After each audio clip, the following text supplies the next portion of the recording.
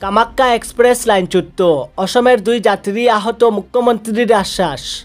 আজ সকালে এক মর্মান্তিক দুর্ঘটনা ঘটেছে বেঙ্গালুরু কামাখ্যা এক্সপ্রেসে। উড়িষ্যার নেরগুন্ডি রেলওয়ে স্টেশনের কাছে প্রায় সকালে 11:54 ট্রেন নম্বর 12551 SMBT Bengaluru Kamakhya AC express লাইনচ্যুত হয়। দুর্ঘটনায় একজন যাত্রীর মৃত্যু হয়েছে, আহত হয়েছেন অত্যন্ত 8 জন। অসমের মুখ্যমন্ত্রী হিমন্ত বিশ্ব শর্মা নিশ্চিত করেছেন যে রাজ্যের কোনো যাত্রী মারা যাননি, তবে অসমের 2 বাসিন্দা আহত হয়েছেন। তারা দুজনেই বর্তমানে চিকিৎসাধীন রয়েছেন এবং আশঙ্কামুক্ত বলে জানা গেছে। দুর্ঘটনার পরই উদ্ধার কাজ শুরু করে রেল কর্তৃপক্ষ এবং ঘটনাস্থলে পৌঁছান জেলাশাসক ও সিনিয়র রেলওয়ে কর্মকর্তারা। আহত যাত্রীদের উন্নত চিকিৎসার জন্য হাসপাতালে পাঠানো হয়েছে।